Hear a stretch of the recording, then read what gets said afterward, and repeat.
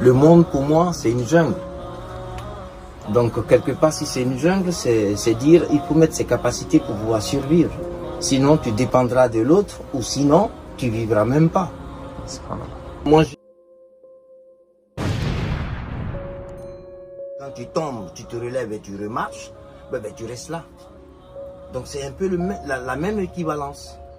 Et personne ne se relèvera à ta place. Et personne ne le fera. Les gens auront de belles phrases, de bons encouragements, mais si toi-même tu te décides pas, personne ne le fera.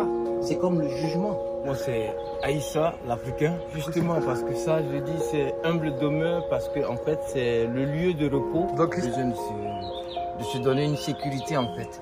Mais la vraie sécurité vient de Dieu, pas de nous. Voilà. Il faut toujours garder un contact avec ce qu'on appelle le début pour pouvoir s'orienter. C'est ce qu'on dit souvent chez nous. Il y a un proverbe qui le dit, c'est pas moi qui l'ai inventé. Il faut savoir d'où tu viens pour savoir où tu vas. Allahu Akbar. Parce que nul n'est parfait. La perfection appartient à Dieu seul. Bon, tu sais, tout le monde n'a pas les mêmes capacités. Il faut avoir une force intérieure de pouvoir... Souvent les rêves, ça nous fait flirter, ça nous fait un peu divaguer. Mais les réalités sont concrètes. Et les réalités, il faut vraiment avoir une doctrine déjà d'origine, ou sinon de base, de socle solide, pour pouvoir tenir. Parce que sinon, l'illusion peut te confondre.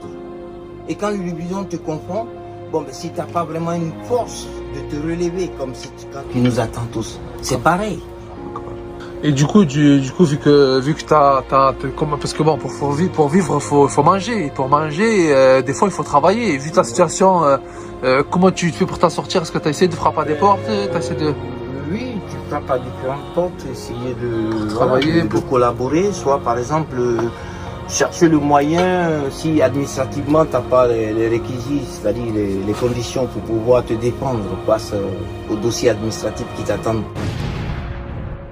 C'est plusieurs fois la tête, parce que compte tenu du fait que tu viens, c'est ce que je disais au départ tout à l'heure, je parlais du rêve. Un rêve, quand c'est accompli, tu as envie de servir, tu as envie de te servir de l'expérience dans laquelle tu t'es vraiment inspiré pour pouvoir prendre ce risque et arriver à ce niveau. Donc dans ce cas, quand le rêve s'est concrétisé, si tu ne sers à rien et que tu vois que tes capacités, tu peux beaucoup mieux faire de ce que tu donnes et qu'il n'y a pas de possibilité, mais autant mieux retourner à la base. Il y a un proverbe qui le dit si bien.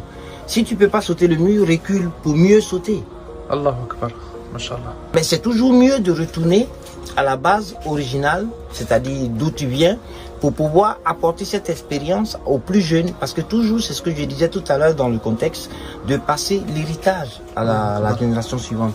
Certains pourront au moins essayer de s'orienter, parce que ton expérience, ta façon, peut-être ils se voient à travers ta vie ou ton passé ou ce que tu as vécu, quelque chose qui leur permet d'avoir au moins une boussole. Ça les inspire. Voilà, ça les inspire parce qu'aujourd'hui, quand moi je suis en Europe et je vois beaucoup de jeunes Africains qui viennent mourir, franchement, tu vois, quelque part, il faut faire quelque chose. Mais c'est aussi, on peut dire, c'est attribué aux propres Africains qui sont ici, mais c'est pas la faute de personne. Et imagine, tu as un projet que tu pourrais faire un projet, est-ce que tu repartirais, tu ferais ton projet? Perfectement, moi j'irai, je monterai mon projet. La famille, c'est un bien. Et quand tu les laisses de très loin, si vraiment tu n'es pas psychologiquement prêt, tu as cette nostalgie qui te bouffe. Masha'Allah.